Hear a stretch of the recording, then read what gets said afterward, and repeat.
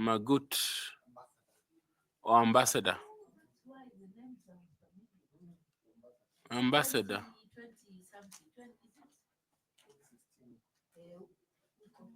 But ukiachia 𝐊𝐤𝐻𝐡 na anaweza kuwa IG. Ukiachia tu kwa 𝐊𝐤𝐻𝐡 atakuwa IG. Boynet.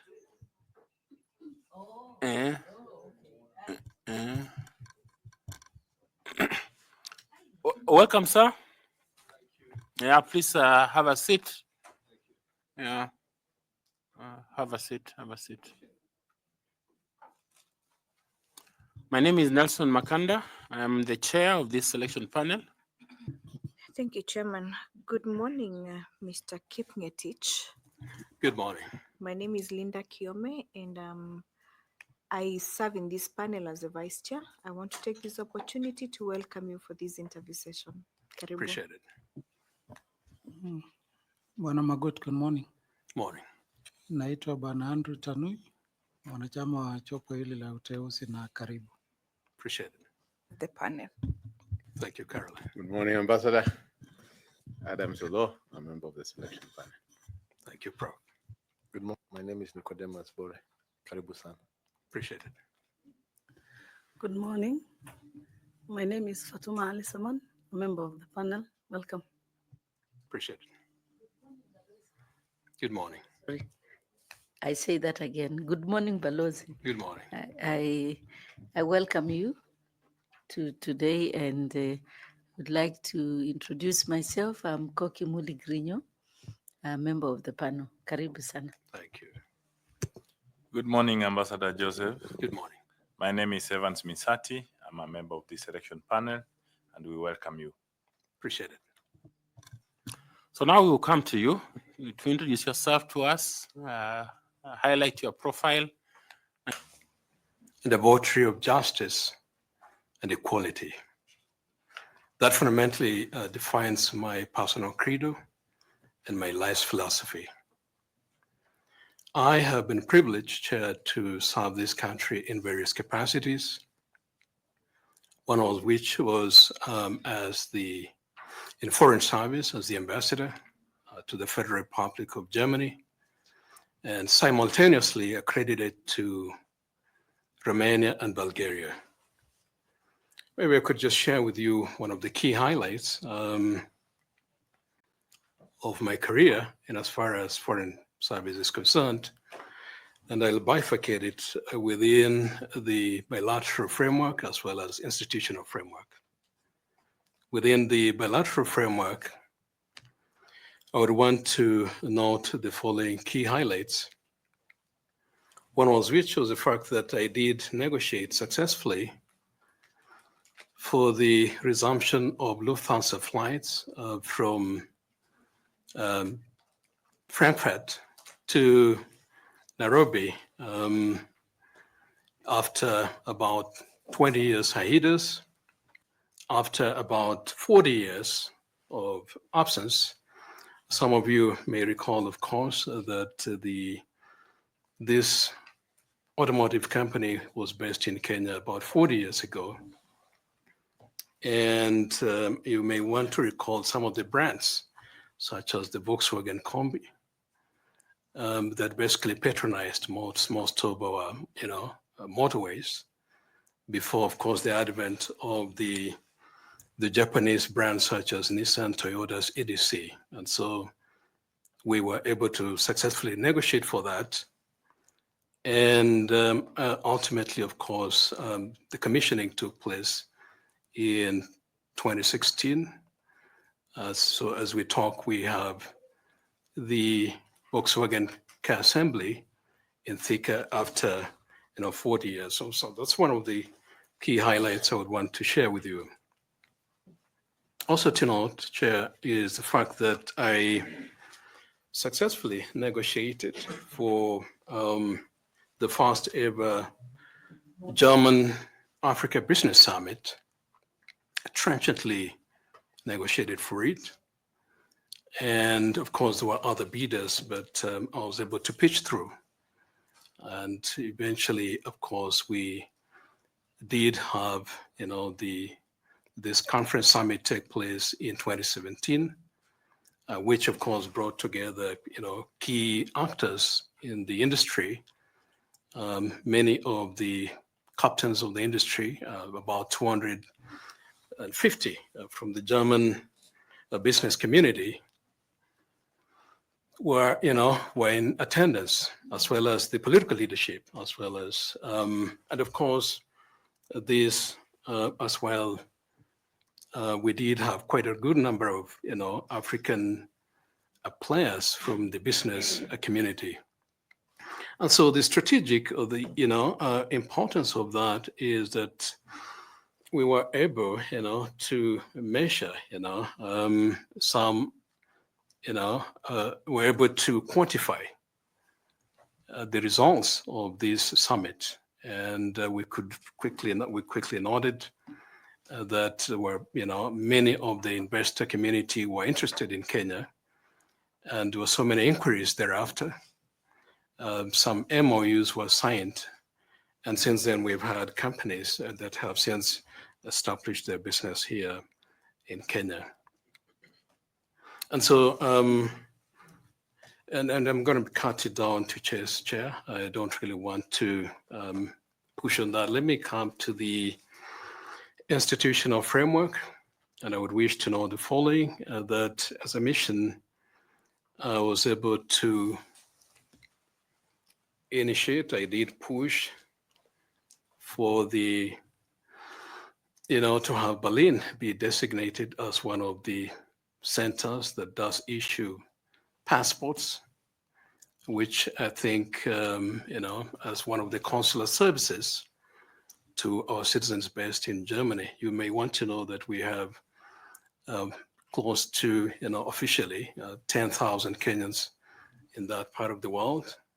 Of course, we have others who are not on record, but on data, we have about 10,000 Germans. So we thought, this was going to reduce, the logistical and financial burden, to our citizen. And so we're proud to note that we were able to chalk up that. Number two is also to note, Chair, the fact that I did initiate and proposed through the ministry that it was time to have, Berlin as one of the centers, be designated as one of the voting centers to basically enable, our citizens there be able to exercise their democratic right by way of ballot. And of course, I would wish to note that that has since been realized. Berlin is one of the about, I think, 12 voting centers now globally. So that is, one of my initial ideas. I think I left when it was in the process, and I would wish to note that I'm proud that this is happening because Kenyans are being served and exercising their democratic rights. Also to note, Chair, is the fact that while there, I did lobby successfully for the naming of one of the educational institutions in Berlin after the drawn Nobel laureate, that's Professor Wangari Maathai, for the institution to be named, after her. Initially, of course, the authorities were reluctant because, they did point out that we already have big names, in Germany as well as Europe, so we could as well name this institution after, these individuals. But I did pitch through, and as we speak, the education institution is now named after Professor Wangari Maathai. And so for those who, of course, understand the business of branding and public diplomacy, that really counts a lot.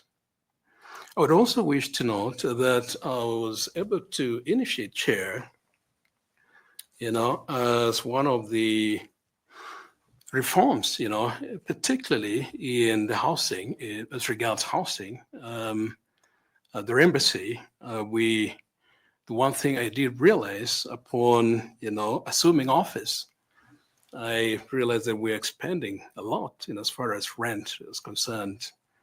And so we did have, staff that, occupied, almost half an acre, standalone houses. Some of the houses were decrepit, brown down, old. And so the utility basically of these houses did not really match what we're paying as rent. So I did, of course, initiate, a move towards having a policy shift. And in this regard, we're able to, as a cost-cutting measure, as far as rent is concerned, we're able to move staff to spacious and decent accommodation, housing as part of the reforms in keeping with the spirit, of course, of fiscal discipline. And so we're able to achieve that. And I could read the fact that even my staff were really impressed by the steps when we took from run-down, decrepit houses that they paid a lot of money, costing us a lot in terms of rent, and exacting on our budget. We're able to achieve that. I think, Chair, let me, as at the end of my tour of duty, I, of course, resumed. I came back to my former address, and that is at Kenyatta University, and of course, resumed my faculty responsibilities to the university. And of course, as you may want to know, we contribute towards the national human capital, and of course, engage in mentoring most of these young folks, so that as we pass the baton, they should be responsible individuals. And so I have said, of course, I have served the university in various capacities, as well in various committees, and of course, other administrative duties within the university. And so I have both, the administrative management and, faculty experience, as well as the foreign service experience. To that point, Chair, let me slam a quietus. Thank you very much. I would like to ask Linda to ask you some questions. Linda, please. Thank you, Chairman. Mr. Magut,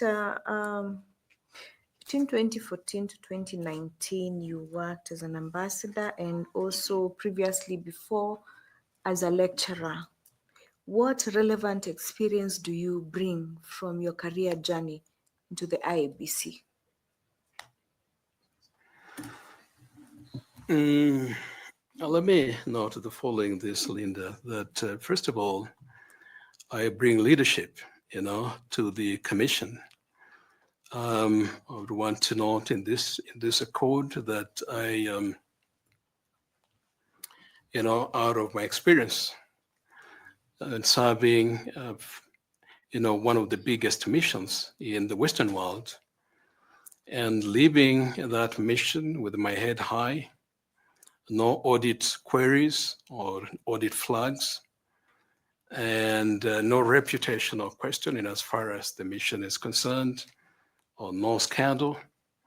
And I was able to steer and steady the ship in this context, the mission. That speaks a lot of my leadership quality, and I intend to translocate some of these qualities to, through the graces of this panel, to the commission. Number two, Linda, to answer that is, integrity. I would want to, note the fact that I've been a good citizen, ladies and gentlemen. I have been a good citizen, lived within the strictures of the law, of the land, and in political lingo, one would say, I have not eaten anybody's goat.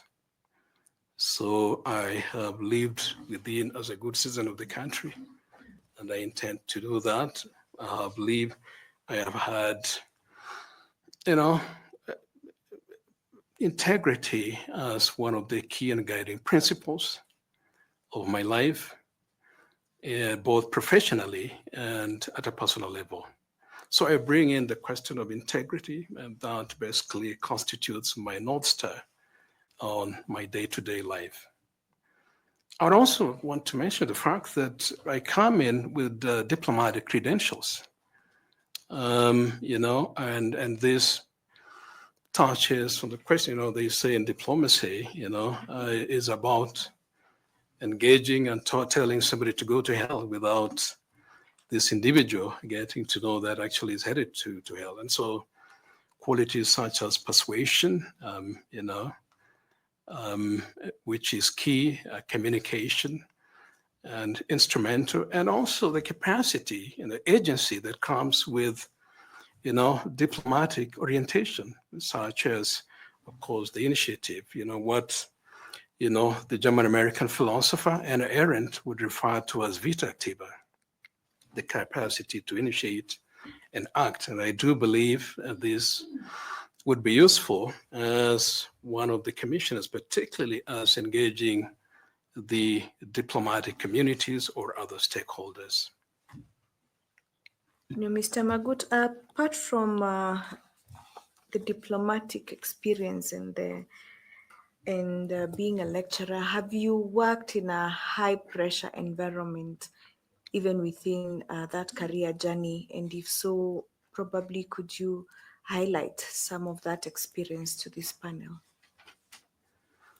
Obviously, as a diplomat, it is the very definition of being a diplomatic officer. First of all, it does grant you, every diplomat goes for the title, and Ambassador Cook is going to tell you that you serve as ambassador extraordinary and plenipotentiary. That's first and foremost. Exerts, a lot of pressure, and it's a pressure cooker in and of itself. And serving the mission comes, other than operational issues, you basically on the constant run. And so it is, the environment in and of itself is a pressure cooker. Thank you, Chairman. Very much. Carol, you want to ask Ambassador some questions, please? Thank you, Chairman. Welcome once more, Ambassador. Appreciate it. So the use of technology has been recognized as a means for guaranteeing a free and fair and credible elections in Kenya. In your own assessment, what does the law say when it comes to the use of technology, and how has IBC deployed the use of technology? Two questions in one.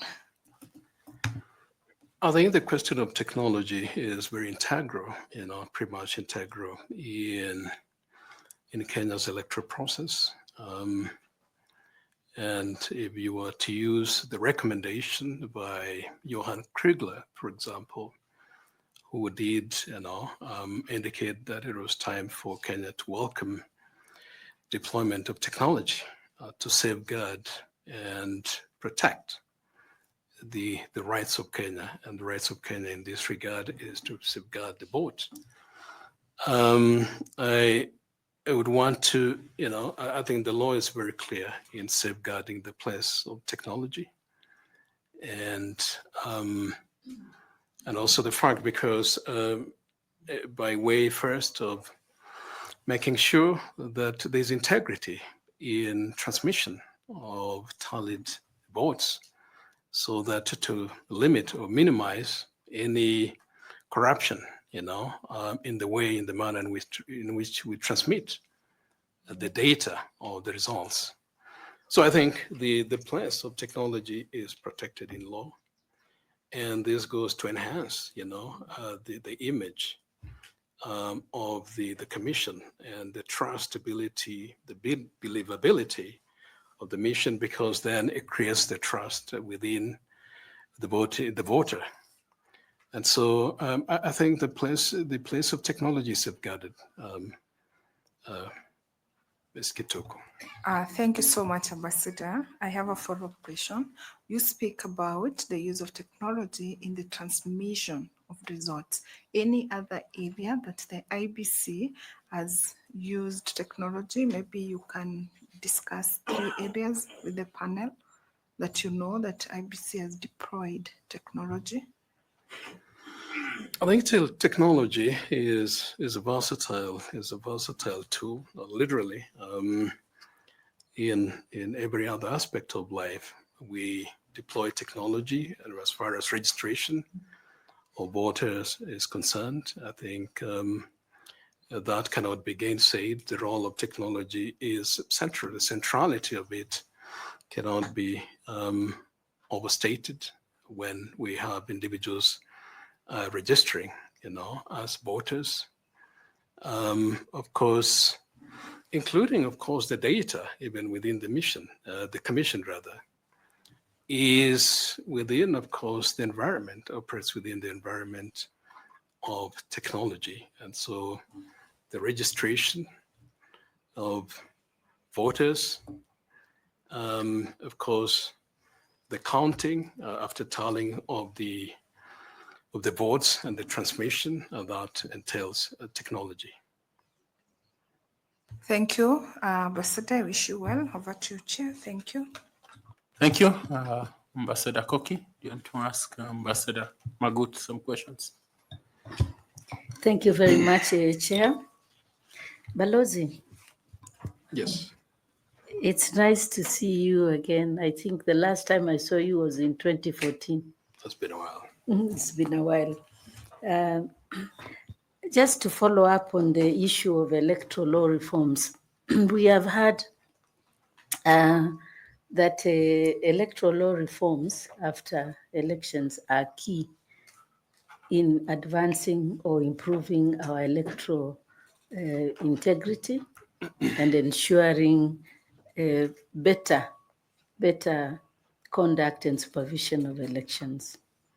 May I ask you to name four electoral law reforms that were proposed post-2022 elections by the Supreme Court and also by the NADCO process and in the NADCO report? Just for 2 each. Post-2022 general elections. 2 from Supreme Court and 2 from NADCO report. I think the process of law reforms to safeguard is continuous. I think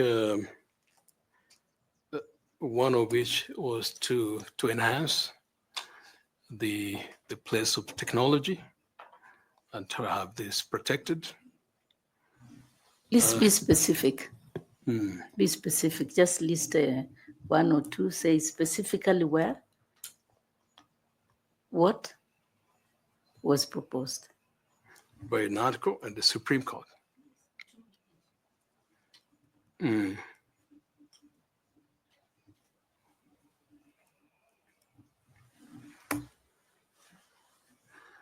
I think I may not really be in a position to specifically pinpoint the specific areas, but to know the fact that, of course, the Supreme Court has set a precedent,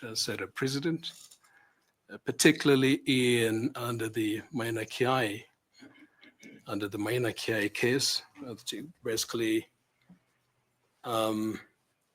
giving a finality on the votes tallied at the polling station, so that then that basically counts, as opposed to basically waiting until we have the national tallying at the bomas. I think that was a critical area judicial review, that basically a precedent that has been made, and I think basically has had impact as a judicial review verdict. Thank you. When was the 𝐊𝐤𝐲𝐬𝐞𝐡 decision arrived at? Was it 2017, 2018? Okay. 2017. 2017, yeah. Thank you very much, Balozi, Appreciate it. and all the best, Chair. Thank you. Thank you. FC 𝐊𝐢𝐲𝐧𝐠'𝐞𝐭, do you have some questions for Ambassador, please? Thank you, Chair. Ambassador Makut, I hope you'll be able to understand me. Independent commissions are specialized agencies. That is why we have the IEBC for elections and delimitation of boundaries. We have Human Rights Commission, Ombudsman. I've heard you say that you'll be bringing in diplomatic skills, negotiation skills, but looking at the mandate of IEBC, which is elections and delimitation of boundaries, what and appreciating the minimal use of maybe diplomatic and negotiation skills in as far as the core mandate of elections and delimitation of boundaries, what extra skill or expertise that Ambassador Magut will bring in to help in the governance of IEBC to deliver on its core mandate of elections and delimitation of boundaries? Thank you. Thank you, Tanui. Let me now to this, bringing strategic management, which basically speaks to the core of, planning, policy initiatives and formulation, as well as, risk management. And so I think if you speak from that perspective, you should be able to, it's through the framework of policies that basically inform any other operational outreach, such as the boundary delimitation. So if you have a framework of a policy framework through, the basic well-crafted, that should basically speak to any other, actionable, outlook from the Commission. Thank you, and I wish you well. Thank you, Chair. Thank you. I want to ask Misati Evans, please. Thanks so much, Chair. So, Ambassador Magut, please, I want to take you to where you have been, your experience. From your understanding, please state some of the core activities that IEBC does through the Exchequer funds, and then differentiate the activities that they do from the donors, and then give the reasons.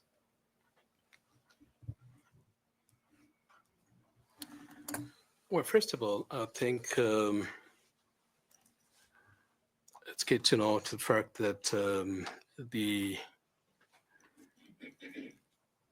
mandate of the IEBC, as defined by Article 88, clearly spells out, enunciates, the place of the IEBC, and one of which, of course, is to conduct, elections, registration of voters, dispute resolution as a key mandate. Of course, conduct the elections. I suppose I've mentioned that.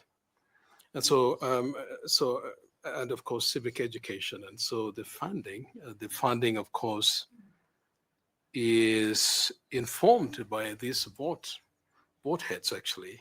So every budgets are basically structured within what the activities undertaken by the IEBC. I see a situation where many a times, particularly as regards civic education, we tend to have a lot of foreign funding, particularly on activities such as, in civic education, through the civil society groups, EDC. Many a times these as a component of foreign donations. That is very good. Now, please tell this panel and the Kenyans who are watching your understanding of the difference between civic education and voter education, and which one of them impacts to the rejected ballot. Well, I think civic education is more broader. Basically, is more broader and basically bringing the public or individuals up to speed and conscientizing, the public as to the importance of their rights as voters and as well as citizens. On the other hand, the civic education of the voter is best circumscribed to, or targeted towards, individuals who are going to participate in the electoral exercise. And so civic education is more broader in this context. I want to repeat my question. Yes. You want to distinguish between civic education and voter education, and which one of them impacts on the rejected ballot? How each? Which one of them has an impact on the rejected ballots or spoiled ballots? I think what you intend to say, Ms. Hardy, is as to the impact of the voter education and how this would impact on the accuracy of the voter, when he goes to the polling station. And as to whether these individuals who have undergone this process are able to, to make use of the knowledge impacted on them in order to make the right decisions. Ambassador, which one of the two has an impact on the rejected ballot between civic and voter education? It's voter education. Thanks so much, Chair. Thank you. Thanks so much, Professor. I wish you well. Appreciate it. I welcome Fatuma Saman to ask some questions. Please, Fatuma. Thank you. Thank you, Chairman. Ambassador Magut, during the submissions from the public to the Kriegler Commission, they revealed that political parties were seen to be poorly organized, undemocratic, and lacking in transparency, especially during party nominations. So if you become a member of the IEBC, how do you think IEBC can strengthen the internal democracies of political parties and ensure they contribute positively to the integrity of the election process?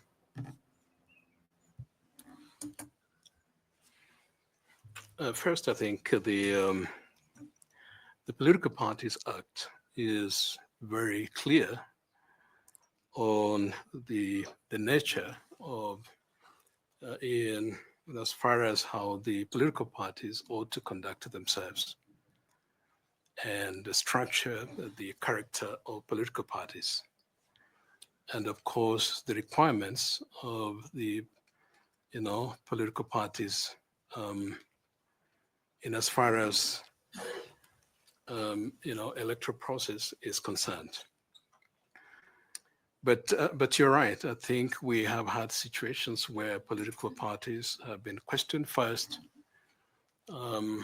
We have seen situations where individuals own political parties in this country, literally, so that then upon the exit of individuals, the political parties tend to collapse therein. And so I think that is one area that we really need personalization of, political parties, which basically impinges on the growth of democracy in the country. And that is why we've had, political parties, shades of political parties coming up every other day. But when individuals, the so-called bigwigs, exit these entities, they literally tend to collapse. So I think the starting point is to have robust, intra-party democracy, robust internal democracy within the parties themselves. And I think, and the funding basically that goes to operationalize the activities of the political parties. The role of the IEBC is to have continuous engagement with these entities, and of course, in a bid to,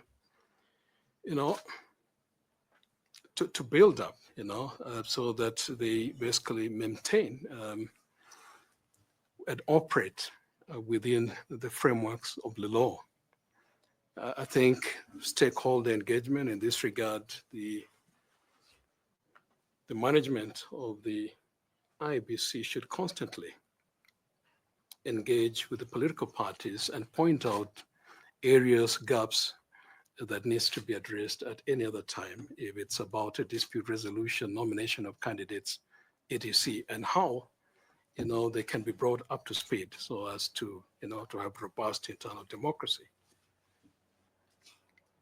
The IEBC has an engagement structure and strategy, and the political parties act has always existed. So what is it that as a member you'll bring on board to now help improve this?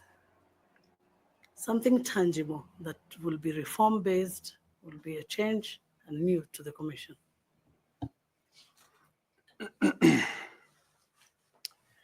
Well, I think without really waxing the highlights of a donkey, I think it's key to know the fact that the law is very clear.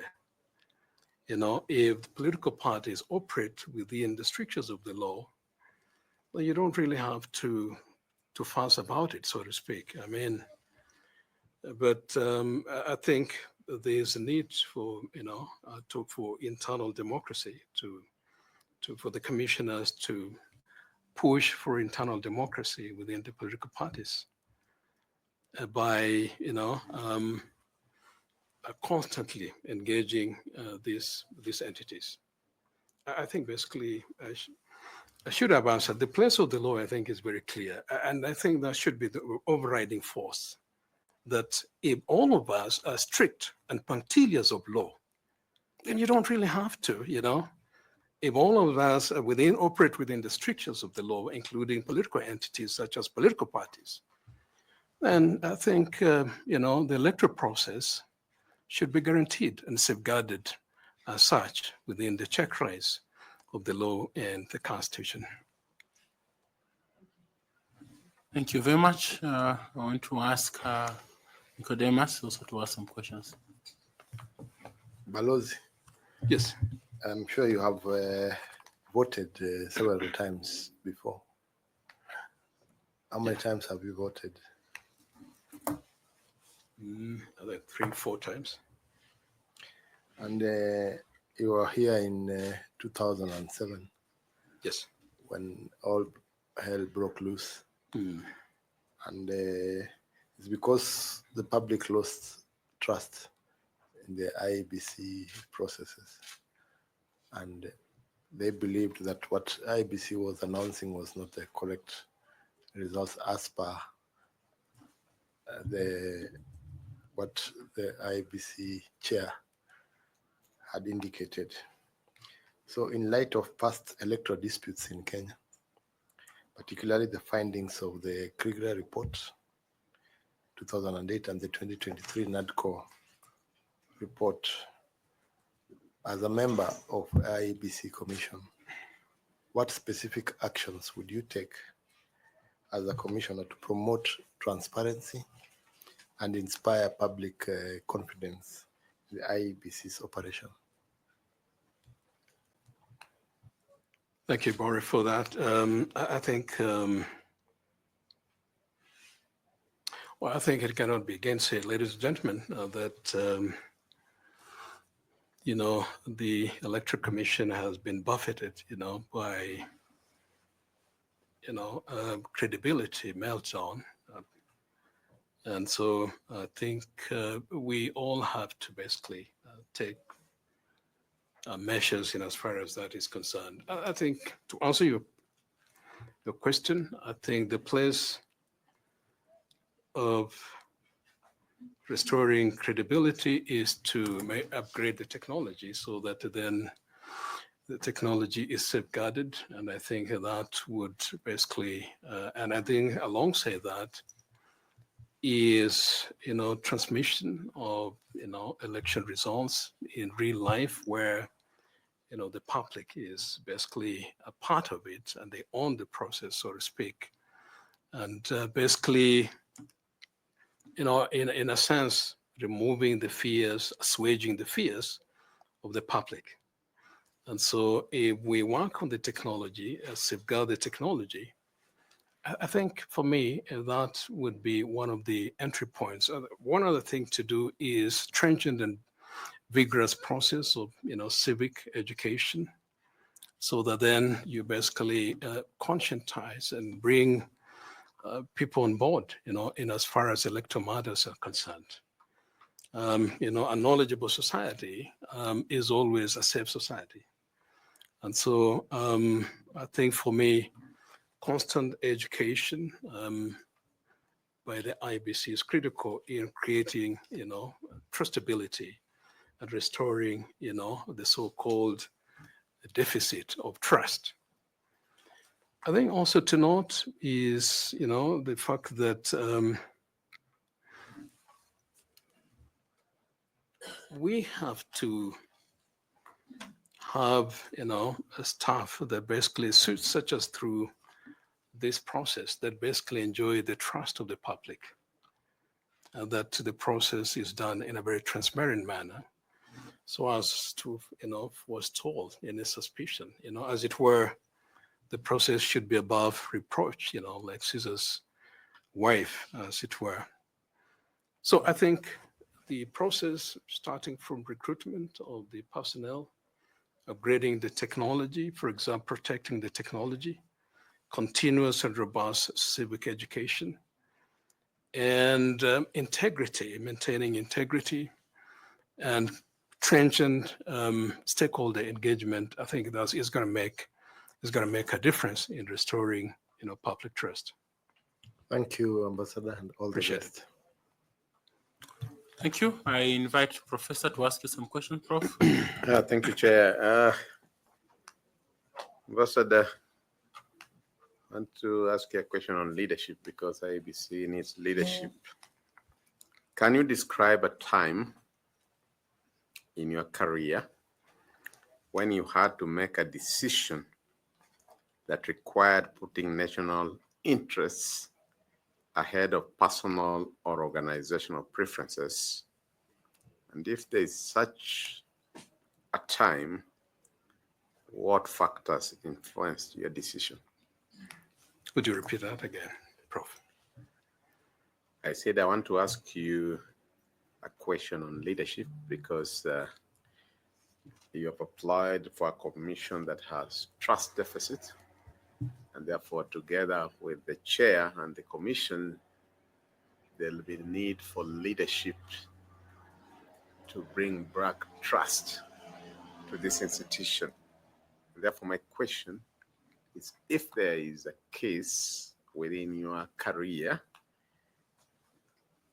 that you can describe when you had to make a decision that required putting national interests ahead of personal or organizational preferences, and if the same exists, what factors influence your decision? If it doesn't exist, I'll go to the next question. It doesn't exist. Doesn't exist. Okay, thank you. Let me now ask a question on adaptability, because you are coming from a teaching coming from an ambassadorial career and seeking to transit into an independent commission. So the panel would like to see your adaptability. If at all, again, there is a case within your career, can you give an example of a time when you faced a situation where multiple stakeholders had conflicting interests? If such a case exists, how did you navigate those competing interests, and what was the result? If again there's none, I can pass. Well,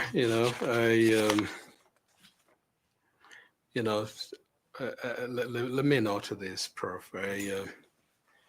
I may have been lucky in my career not to, except for a case, where really I had to make a decision.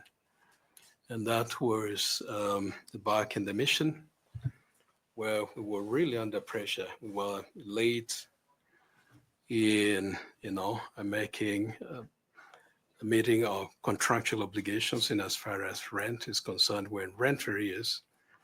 And this came at a time when we had, 2 missions that had basically been ejected, from, their domicile. And so we were by the same property owner. So we were, in a very tight situation, so to speak. I had to basically move in because we were really worried that anything could happen as well. And you know how that can be diplomatically can be embarrassing. And so I had to marshal my legal team as well as the team at the embassy, put structures of negotiation, as I recall, basically like having a history of our payment history and our contract, and basically convening a meeting between us and the property owner. And I really had to negotiate, including giving a payment plan based on the history that we had as a mission. And of course, making commitment that we're going to be able to meet our, contractual obligation in a given period. That was pretty much scary, because as I pointed out, 2 other missions had just been evicted from their domicile. And so it was a crisis that we really had to confront. I had to deploy all my persuasive skills to basically be able to persuade the property owner, who eventually did agree with our plan of action and saved the day. Thank you very much. Thank you. Prof, do you have some 2 questions? Sure. Ambassador, this is a time in which we look at your area of expertise, and it's quite clear from your introduction that the ambassadorial job is one of your big ticket areas in which you have contributed to in this country. And therefore, we ask what the chair calls high school questions in that area of your expertise and general area. Who are the 2 foreign ministers who served approximately the same number of years cumulatively and are the longest, or what, the longest serving foreign ministers? In other words, you could serve between 1963 and 1965, and later between 1970. So cumulatively, who are the 2 longest serving foreign ministers in Kenya? Biu Koinange Munywa Wayaki. Let me go to another area, which is in Africa. And the Ministry of Foreign Affairs also leads in economic diplomacy, cultural diplomacy. You know that more than me. Which African country is home to the city of Timbuktu, historically known as a center of trade and culture? The city of Timbuktu? Yes. Which country? Mali. Thank you, Chair. Thank you very much, Ambassador. We appreciated the engagement and the robust discussion we have had with you. I would like to invite you for a comment or a question if you do. Otherwise, we are grateful for your availability and the engagement we have had with you. Thank you, Chair. Let me just make one or two remarks. First is to really thank this distinguished panel for your invitation once again, and to congratulate you for this exercise. I know it can be very excruciating, so exacting on mental and physical constitution. And so but you basically fit the bill. So we have a lot of trust in what you're doing. You're a safe pair of hands. Number two, Chair, is to note that collectively as a country, we have to, all of us step up to the plate in basically safeguarding and protecting, fortifying, the Independent Electoral and Boundaries Commission, particularly as regards the segment of the personnel serving in the commission. It's very tragic that, sterling careers basically come to, die at the commission. And so the Electoral Commission has become, so to speak, the graveyard of careers. So individuals come with, sterling careers, and those careers basically come and die right there. So the commission has become a place where careers come to die. I think we got to do something about that to basically make sure that individuals do not leave the IEBC with their reputation and careers tattered and dismembered. We got to do something collectively as a country.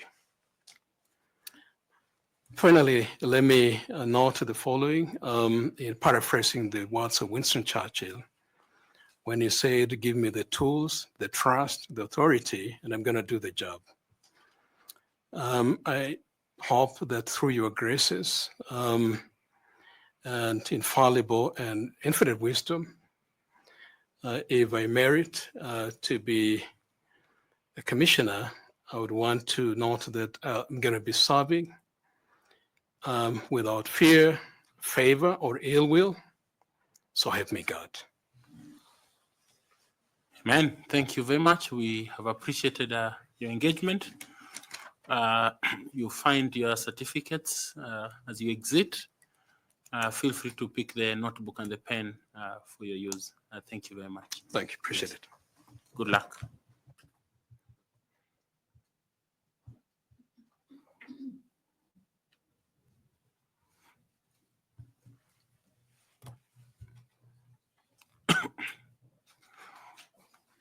We can get the next candidate. Joseph 𝐊𝐢𝐻𝐧𝐠'𝐞𝐭h𝐢𝐜𝐡. Okay, 𝐊𝐢𝐻𝐧𝐠'𝐞𝐭h𝐢𝐜𝐡. Ama Misadi.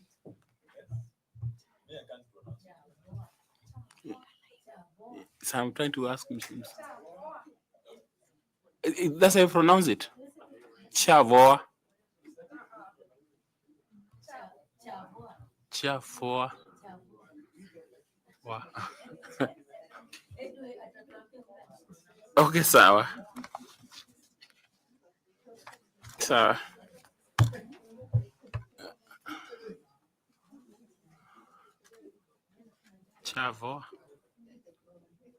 Joseph.